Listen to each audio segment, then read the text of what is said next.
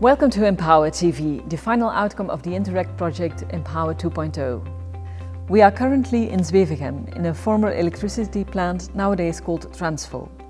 It is located by the Bos-Zuid-Kortrijk Canal, and in the past it was used to facilitate the supply of coal and cooling water. The plant supplied steam for industrial purposes and for the heating of public buildings and private residences. It provided a kind of central heating for the entire municipality. The municipality of Zwevegem is now in the process of redesignating the site, making room for housing, conferences and events, culture and adventurous sports. The architecture and the unique turbine collection make Transfo a valuable piece of industrial heritage. The concept of empowering is civilians taking up the challenge of organizing for homebred and self-generated sustainable energy. Now, what does it mean? Are citizens really taking power or ownership?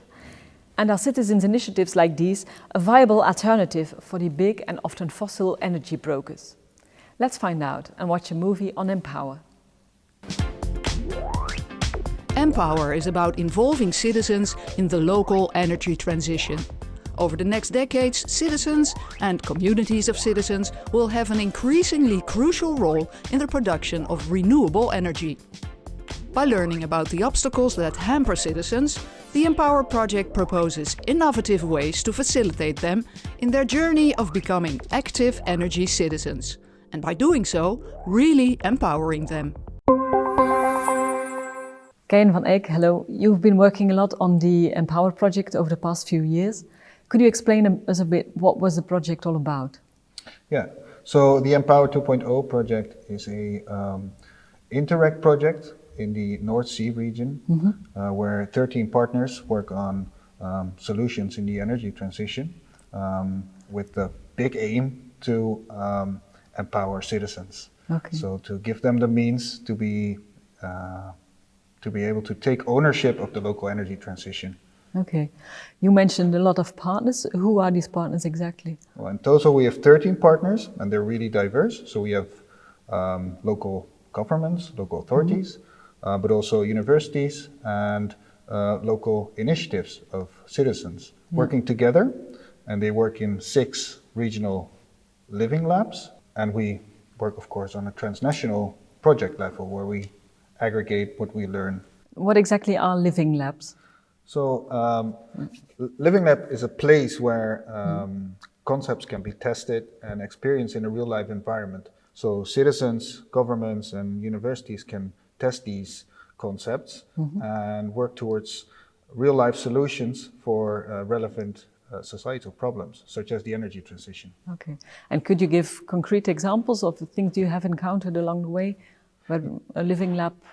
Yeah, so we have also really diverse pilots or living labs. In Haarlem, a local cooperative is working together with the municipality on collective solar roofs. In Denmark, we have a citizen-owned heat grid, and in Leiden we have collective renovation project. Okay. So these all have a really diverse context and really work towards interesting results. 4 pilot projects are running in the Netherlands and in the UK. These are all focusing on connecting local energy producers to local energy consumers, households and businesses by installing collective solar roofs where participants can buy and sell their own sustainable energy in a local energy community. We're here on this beautiful green roof in the city of Haarlem, and what you see here is actually the first collective citizen-owned solar roof in the province of North Holland. Within the Empower pilot here in Haarlem, local citizen initiatives Stadsgarage and Kennemerkracht are working closely together with the local municipality to create one big movement to build more solar roofs just like this one here. These pilots want to scale up and accelerate the realization of collective solar roofs and develop new business models for community-led energy projects. As you can see, we're back in Zaanstad. Here in Zaanstad, we also have a pilot called WeSpark. WeSpark is aiming to help citizens using their energy as efficient as possible. And now we'll have a look at 2 other pilots, one in Belgium and one in Denmark. In the village of Vans, right in the middle of Denmark, about 40 households work together with public authorities on Denmark's smallest citizen-owned district heating system.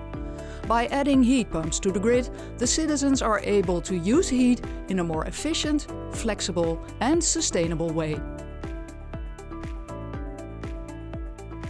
Transfo is a former coal-fired power plant in Belgium that has been operational until 2001.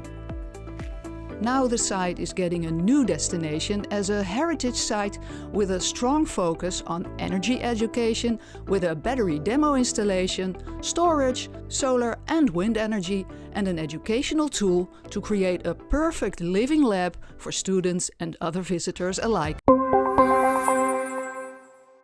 So the project and its cases really contributed to people taking power literally into their own hands to empower citizens. Yes, definitely. Yeah. So I think the pilots themselves, of course, as they are real-life pilots, real-life projects, contributed to that. But also, in a sense, because we are sharing these lessons and aggregating them on a transnational level by exchanging knowledge and seeing what we found out in those pilots and disseminating and sharing that with the broader world. So hopefully the things we've learned in this project will help empower others outside our project as well. Yeah. You've mentioned a few of these achieved deliverables.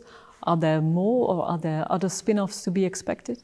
Well, yeah, we've produced a number of deliverables or products over time. And these are also really diverse. I mean, these can be videos that are shared on the internet. These can be old school documents, policy briefs. And we also did a hackathon with 50 plus international students. So it can also be an event. And we made some recommendations of all best practices and lessons learned. And these can also all be found on our website. Yes. So the knowledge and the experience will be shared on even after the project has come to terms. Yeah, definitely. Okay. So, yeah. Okay, thank you very much for your contribution. Next time on Empower TV, we'll talk about citizen engagement.